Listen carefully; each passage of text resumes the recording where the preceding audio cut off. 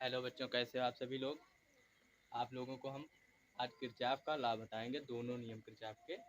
पहला है संधि का नियम, जिसे हम केवीएल कहते हैं। यहाँ पर लिखते हैं संधि का नियम।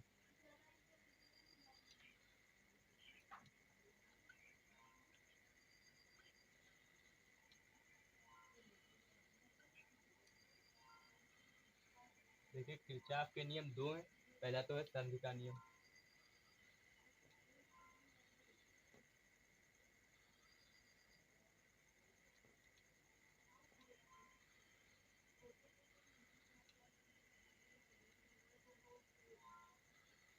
देखिए, किरचॉफ के दो नियम हैं। ये पहला है केवीएल नियम, मतलब किरचॉफ करंट लॉ, जिसे हम संधि का नियम कहते हैं। यहाँ पर देख सकते हैं। इसे पहले समझिए, ये होता क्या है किरचॉफ का नियम। पहला, इसमें मतलब परिपथ के किसी बिंदु पर आने वाली धाराओं और जो जाने वाली धाराएं, इन सबका जो योग होगा, बीजगणितीय योग, वो शून्य होगा। यहाँ पर देखिए और समझिए। पहले देखते हैं यहाँ पर।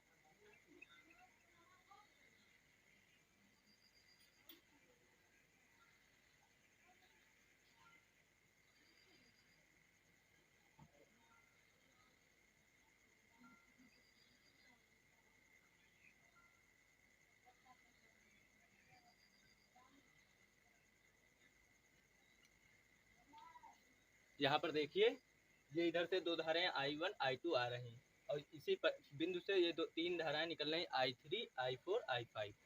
यहाँ पर समझिए। पहले देखिए, इन इन धाराओं का बीजगणितीय योग जो होगा वो शून्य होगा। पहले देखिए, जो आने वाली धारा है उन्हें हम प्लस का रखें, या फिर जाने वाली धाराओं को हम प्लस का रखें। इसमें यही समझना है। या तो हम आने वाली धाराओं को प्लस रखेंगे, या फिर जाने वाली धाराओं को। इसमें से एक को प्लस रखना है, एक को माइनस रखना है। तो देखिए, पहले इसमें हम आने वाली जो धाराएं हम उन्हें प्लस रखते हैं। यहाँ पर देखिए,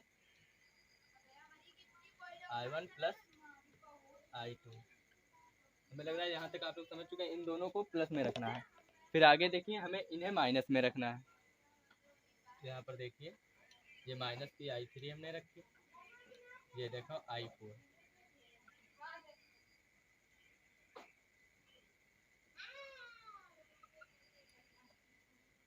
यहाँ पर देखिए, हमने इन तीनों को माइनस में रख दिया, और ये इन दोनों को प्लस में। इधर प्लस लिखना कोई जरूरी नहीं है, ऐसे प्लस है। ठीक। इनका जो योग होगा वो शून्य होगा, मतलब जीरो होगा। यहाँ पर देखिए, ये जीरो होगा। हमें लग रहा है यहाँ तक आप लोग समझ चुके हैं। अभी इसकी हम परिभाषा बताते हैं। अब यहाँ पर देखिए, इसकी हम परिभाषा बताने जा रहे हैं। देखिए ये किस प्रकार होगी।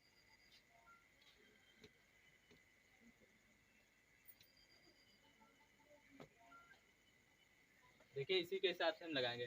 किसी परिपथ, यहाँ पर लिखते हैं किसी परिपथ के, यहाँ तक किसी परिपथ के किसी संधि पर, यहाँ पर देखिए किसी संधि पर,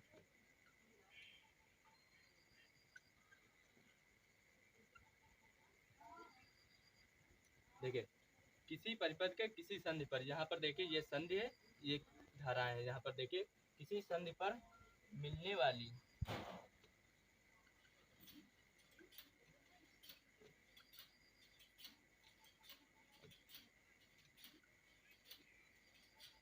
यहाँ पर देखिए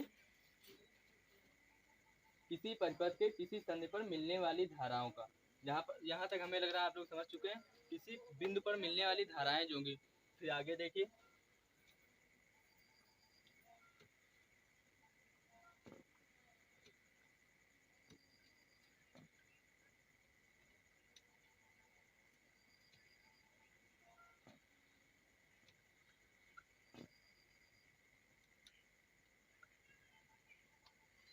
हमें लग रहा है यहाँ तक आप लोग समझ चुके हैं। फिर आगे देखते हैं। देखिए, इसे फिर से एक बार देख लीजिए। किसी परिपथ के किसी संधि पर, देखिए ये पूरा परिपथ मान लिया। ये इधर से धाराएं आई, ये इधर निकली, ये एक परिपथ है। अब यहाँ पर एक संधि है, यहाँ पर धाराएं मिलेंगी। यहाँ पर मतलब ये दो धाराएं आई हैं, यहाँ से तीन धाराएं निकली हुई। यहाँ पर देखिए, किसी परिपथ के किसी संधि पर मिलने वाली धाराओं का बीजगणितीय योग शून्य होगा। हमें लग रहा है यहाँ तक आप लोग समझ चुके हैं।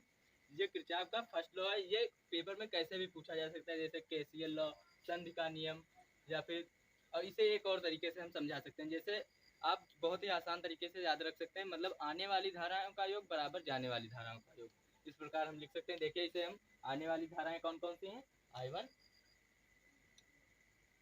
प्लस I2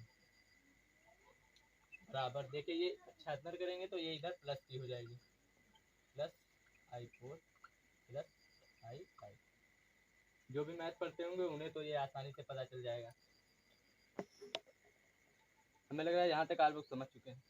इसमें आसानी से हम ये भी कह सकते हैं कि आने वाली धाराओं का योग जाने वाली धारा का योग बराबर होगा। फिर देखते हैं किरचॉफ का दूसरा नियम, इसे नोट कर लीजिए, फिर अगला हम बताते हैं। चलिए फिर अगला हम बताने जा रहे हैं।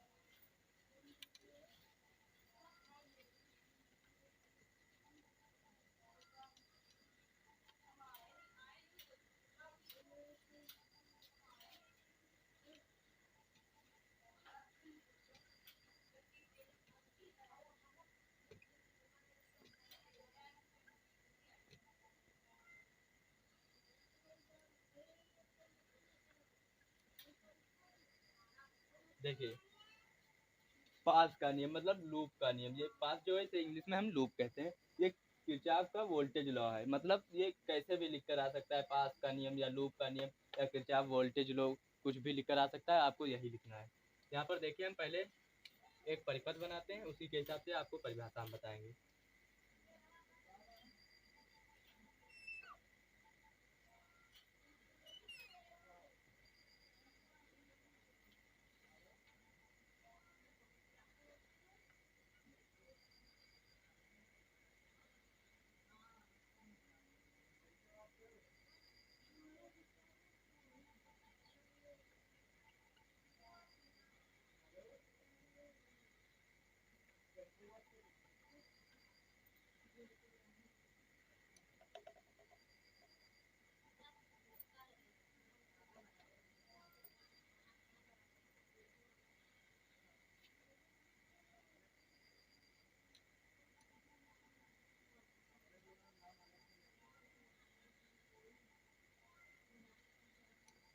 हमें लग रहा है यहाँ तक आप लोग समझ चुके हैं। अब देखिए ये परिपथ बना है, अब इसके अंदर हमें पास बनाना है। ये पास 1 है, ये पास 2 है। अब यहाँ पर देखिए हमें करना क्या है, अब इसके हमें दिशा दिखानी है कि ये धारा की दिशा किस दिशा में है। तो ये देखिए I1 यहाँ से निकली, I2 यहाँ से निकली।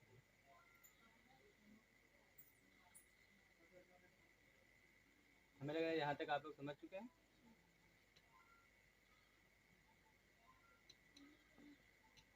I2 यहाँ पर होगा,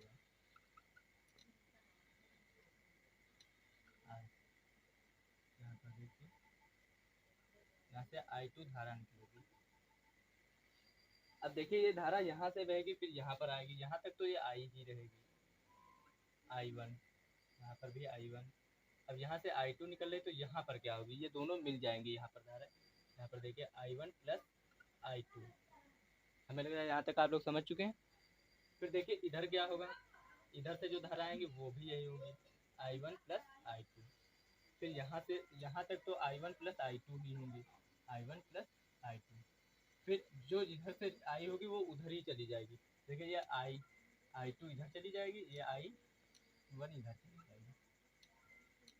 हमें लग रहा है यहाँ तक आप लोग समझ चुके हैं। अब देखिए धारा की दिशा किस तरफ है, हम प्लस से माइनस की तरफ बनाएंगे। देखिए इधर से हम रखेंगे, यहाँ पर घुमा देंगे इधर भी हमें यही करना है। अब देखिए धारा की दिशा किधर को है, ये यहाँ से धारा चली, यहाँ आई, यहाँ आई, फिर यहाँ आई, फिर यहाँ आई, फिर इधर चली गई। इसमें भी देखिए यहाँ से चली, यहाँ आई, यहाँ आई, यहाँ चली गई। अब देखिए उसी प्रकार हमने पास की दिशा जो बनाई है। अब आगे देखिए, अब इसका नियम सुन लेते हैं पहले इसे।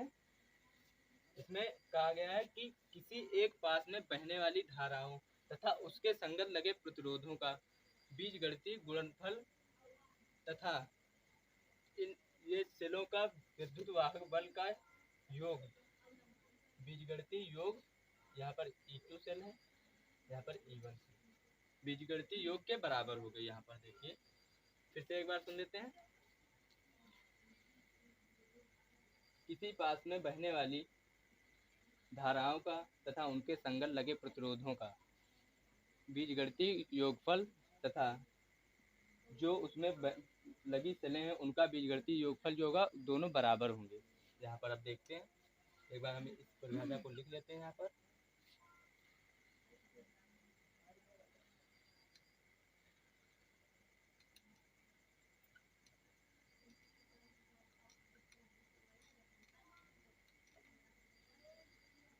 देखिए, किसी परिपथ के किसी पास में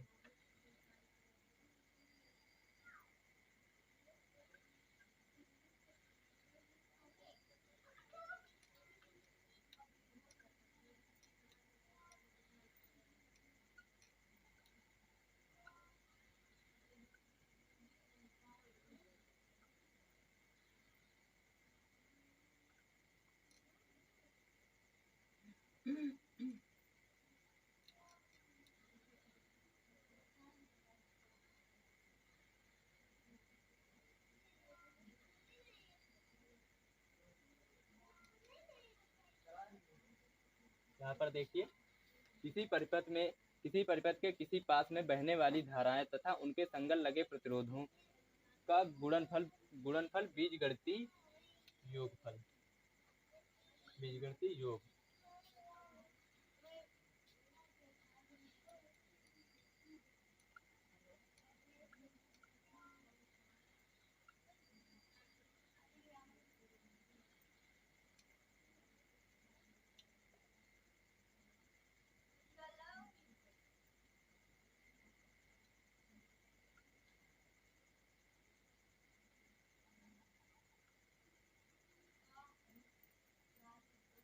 देखिए, फिर से एक बार परिभाषा देख लेते हैं।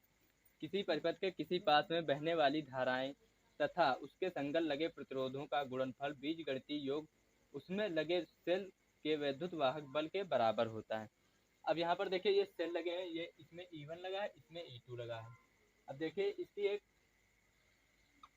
ये आई आर इक्वल टू समेसन ई, ये इसकी समीकरण है। अब इसे हम देखते हैं, इसे सॉल्व करते हैं। यहाँ पर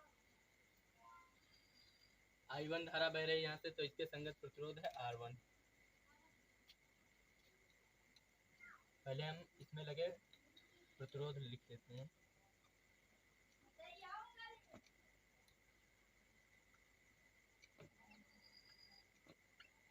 देखते हैं पहले पास में, देखिए इसमें प्रतिरोध लगा है R1 प्लस R2।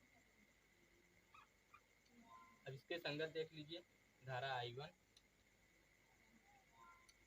यहाँ पर देख लीजिए धारा I1, यहाँ पर भी I1, यहाँ पर भी I1। अब इसमें देखिए सेल जो लगी है ये E1 लगी है, यहाँ पर सेल देखिए E1। अब यहाँ पर भी इधर भी सेल है, इधर भी सेल है, तो इसे हम कैसे करेंगे? देखिए,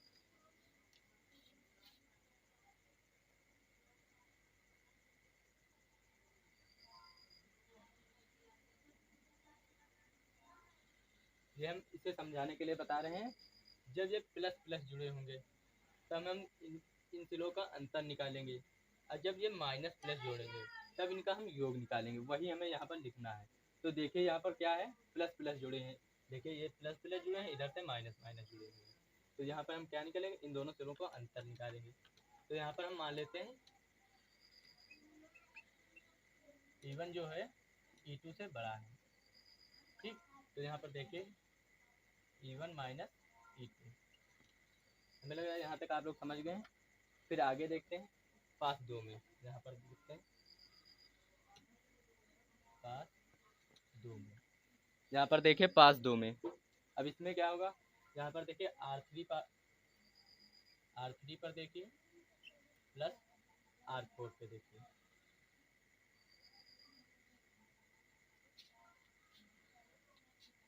हमें लग रहा है यहाँ तक आप लोग समझ गए हैं। यहाँ पर R4 देखिए। अब इसके संगत धाराएं जो बह रहे हैं उन्हें हम लिखते हैं यहाँ पर I1 प्लस I2। यहाँ पर देखिए I1 प्लस I2। अब इसमें एक ही सेल लगी है E2, यहाँ पर लिखते हैं E2, ये समीकरण निकली। अब हम इन सब में देखिए I1 प्लस I2 है, यहाँ पर R3 है, यहाँ पर R4 है, वहाँ पर देखिए R1 है, R2 है, I1 है, I1 है, यहाँ पर देखिए E1 है, E2 है। इसी प्रकार हम इनमें सब में समेसन लगा लेते हैं, मतलब I का सभी, मतलब I1 I2 I3 I4 जो भी हो उन सभी का योग R1 R2 R3 का सभी का बीजगणितीय योगफल समेसन आई आर लिख लेते हैं। फिर देखिए सेलों में जो भी होगा उसे हम समेसन में लिख लेंगे। देखिए यहाँ पर E1 है, E2 है, इसी प्रकार जो भी होता तो हम उसे समेसन से लिख देंगे। और फिर जब हम सॉल्व करेंगे क्वेश्चन तो उसे हम इस प्रकार से सॉल्व करेंगे। इसे नोट कर लीजिए।